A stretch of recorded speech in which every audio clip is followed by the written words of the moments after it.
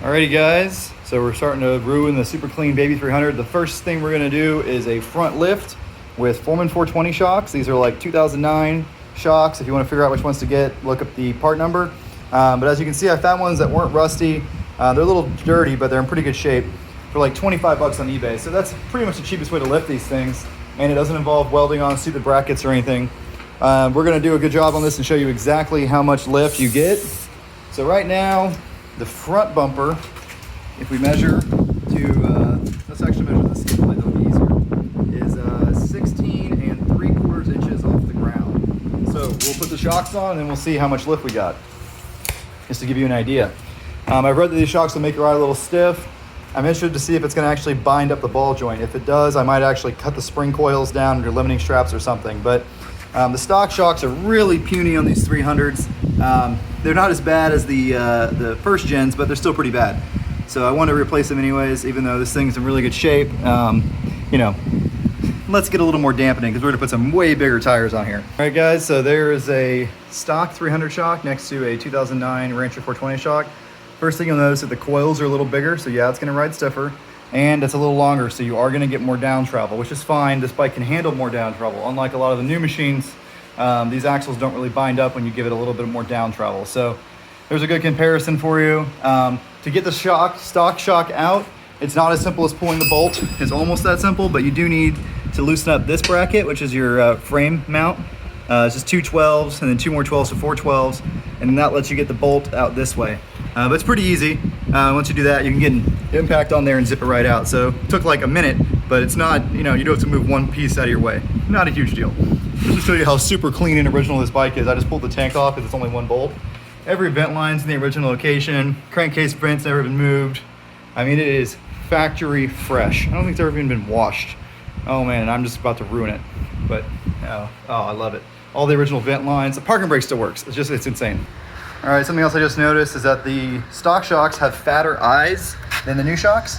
So I put a 1/4 inch spacer top and bottom to make up for that. And you can get spacers like that at Tractor Supply or Ace Hardware or whatever.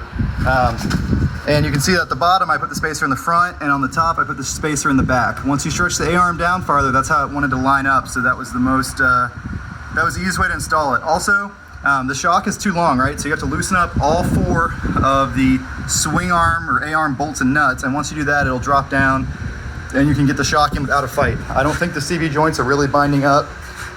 Pretty good angle on them, but Honda 300s can run a lot of angle. All right guys, the Honda 300 front lift is done. As you can see, it looks a little dorky because as you drop the arms down, the wheels come closer together, right? They get skinnier. So when you add some wider offset wheels, it'll look a little better. But the front sits a lot higher than the back now. I haven't measured it yet, but I'm guessing I got about 2 inches of lift. It's pretty good for just swapping shocks. Now, like I said, the only thing you need other than the Foreman 420 first gen shocks is you need some 1/4 inch spacers seen in front of the shock right there. Okay, so let's do the measurement. Whoa, I gotta take that tape measure out more. We gotta take the tape measure out even more. What a difference. So now we are at 20 inches. So there's not a whole lot of down travel. It's gonna ride kind of rough, but once you put wider wheels, you know, you move your center of pressure and the center of the tire out this way, which puts more leverage on the shock. So I think it's actually gonna be good. I think this is the way to go. I also trimmed all the bolts that were hanging down from those bolt, the nuts had bolts hanging through them for the Oxlite. I'm not a big fan of those brush guards, but they look cool and they came on the bike, so I might leave them. It's not that much more weight, and weight in the front of a 300 is always a good thing. You want no weight in the back. So yeah, it looks pretty good. All I gotta do now is adjust the alignment because obviously now that I lifted it, it changed the toe a little bit.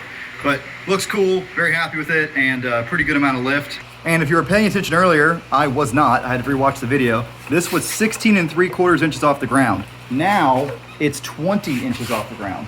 So that's a little over 3 inches of lift. And now granted, once everything settles, it'll probably be about 3 inches. So the Rancher 420 shocks on a stock 300, second gen 300, is a 3-inch lift, which is awesome. That's exactly the amount of lift you want. The axles aren't in a super bad bind. They're a little steep, but looks mean, and it'll help you with some tire clearance. So hopefully that'll be enough to run 30s in the front. I will eventually probably get rid of these and make some arched arms with my jig I just brought over here, but that'll be down the road a little bit. So yep, there you go. It's getting there. This first mod. All right, you guys always ask for walk arounds, so I'm gonna try to do one after each mod on this bike. As you can see, it's sitting kind of high in the front. And it's got the original tires on it, which are 23s in the front, 24s in the back. And that's how these things are geared, so it behooves you to keep that ratio correct, or at least run the same size tire but vary your tire pressure. Oh yeah.